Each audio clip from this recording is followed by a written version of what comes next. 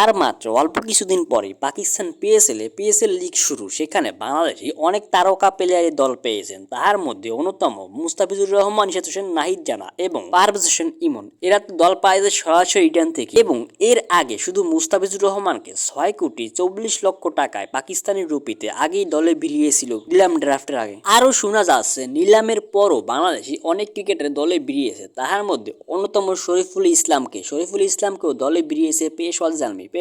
দুইজন তারকা খেলোয়াড় খেলবে, মুস্তাফিজুর রহমান, নাহিদ রানা এবং আরো বর্তমান সময় শরীফুল ইসলাম। এর আগে হয়তোবা বাংলাদেশি কোনো তারকা খেলোয়াড় বা কোনো খেলোয়াড়ই এত কোনো ফ্রান্সের চান্স পায়নি যেই পরিমাণ বর্তমান সময় এবার পাইছে পাকিস্তান পিএসএল লিগে।